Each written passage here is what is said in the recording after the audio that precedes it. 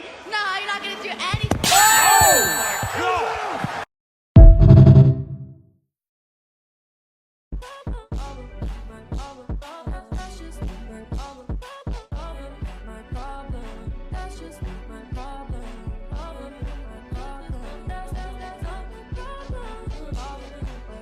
Hey, what's going on, YouTube land? It's your boy TJ. Welcome to my YouTube channel, Wrestling Nostalgia, where I get my reviews and WWE shows and PLE events. And today we are going to be reviewing Raw. But before I get into my review of Raw, just go ahead and get the thumbs up, a like, helps push my video through the algorithm, and also, of course, subscribe and hit the notification bell, all that other good stuff. So let's just go ahead and get into my review of Raw.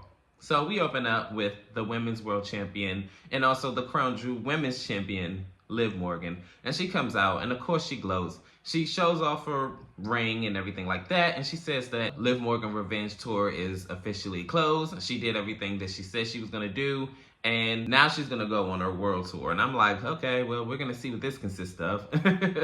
So then this is when Jade Cargill and Bianca Belair come out, and they abruptly crash her parade, rain on her parade. And this is when Jade and Bianca says that, hey, since y'all said that y'all want a shot at the women's tag team titles, I mean, what's up with tonight?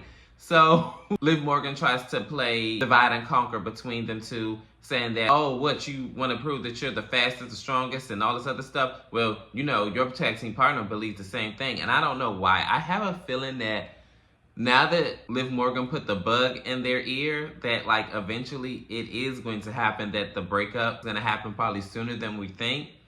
Maybe like after WrestleMania, I'll say. And they're going to do like these little teasers of them on edge with each other and things like that. And then it's going to build and build and build until hopefully Bianca Belair turns heel. Because I don't want to see Jade turn heel just yet. Maybe in another 2 years or a year. But I don't want to see Bianca still be face now. Like, no. Just save it. But anyways, long story short, this is when Bianca Belair and Jade says that, hey, we know what you're doing, so like we said, what's up with tonight? Because, yeah, what's going on? So this is when Nick comes out and he has an announcements to make. Then this is when Liv tries to boast up and say, yeah, what you gonna do? What you gonna do?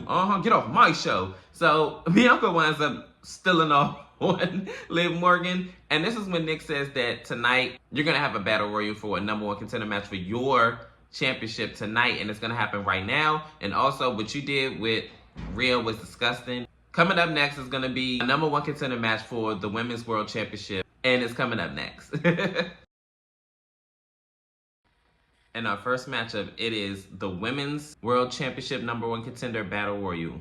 So I'm not going to get into every eliminations. I'm going to just go ahead and get into the bottom four. So it was Jade, Bianca, Io, and Lyra Valkyria. So as Jade and Bianca, a good majority of the battle royal, was dominating the other two opponents, then they wound up thinking that they eliminated their opponents, and then Jade and Bianca did this whole stare off again, like how they did at the Royal Rumble. And then after that, they wound up getting attacked from behind. They wound up hitting their finishers on their opponents at the same time, and then they try to eliminate, I want to say it was Io, or was it Laura? I want to say it was Laura. But anyways, long story short, Raquel Rodriguez wound up grabbing up on Bianca's braid, and then Jade was like trying to help her or whatever, like not get eliminated. But Liv Morgan winds up pulling both of them out, and now they're eliminated. And then after this is when Jade and Bianca wind up running off Liv and Raquel Rodriguez. So now it's down to Io and La Valkyria. And as they're fighting it out, Io Sky wind up doing a German suplex on the outside as they're both on the outside of the apron. And then she wound up rolling out. And then your #1 contender is now Io Shirai for the Women's World title. So she's on the verge of becoming a Women's Grand Slam champion. And if she does win the World Women's Championship, I mean, it would be definitely well earned because she's been doing her thing. And yeah, I'll be here for it. In our next matchup, it is the New Day versus the War Raiders. In this matchup, a good majority of this match, they both kind of got offense in, but more so the War Raiders got more dominance in this match over the New Day, even well into the commercial break. After the commercial break, they're still like beating up on one of the members of the New Day until he winds up getting a tag. They wind up getting a little offense in, and then one of the New Day members wind up tagging up again, and then a little bit back and forth later. Then the War Raiders hit their finisher, and then 1, 2, 3, they win this match.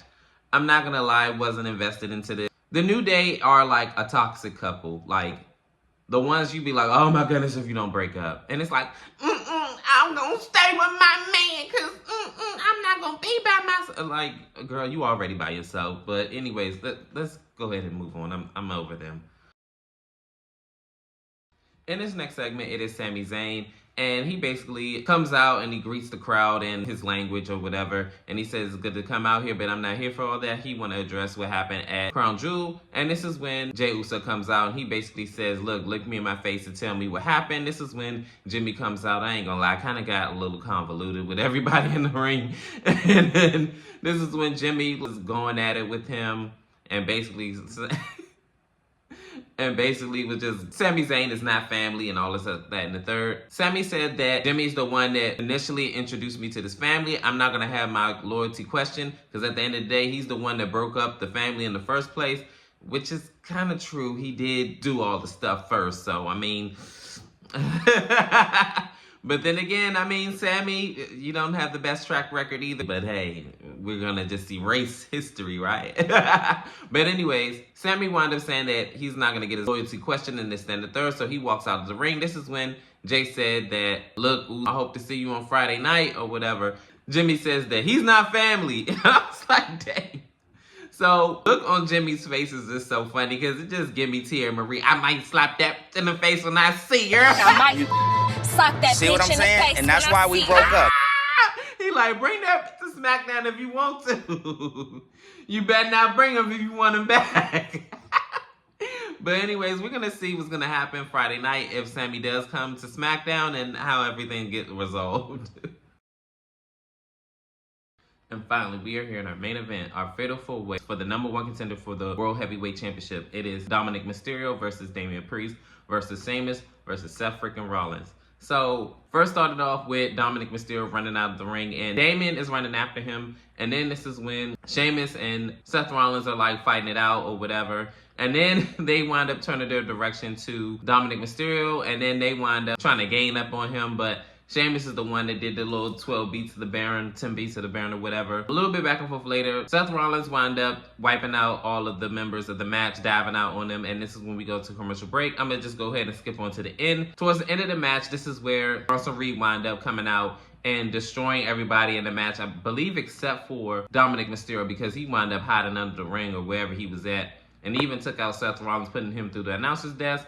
He tries to take advantage of a fallen Sheamus, but Damian Priest wound up breaking up the pinfall after Dominic Mysterio hit a frog splash. A little bit back and forth later, Dominic Mysterio tries to do his frog splash, but he wound up getting caught in the South of Heaven. 1, 2, 3, Damian Priest is your new #1 contender.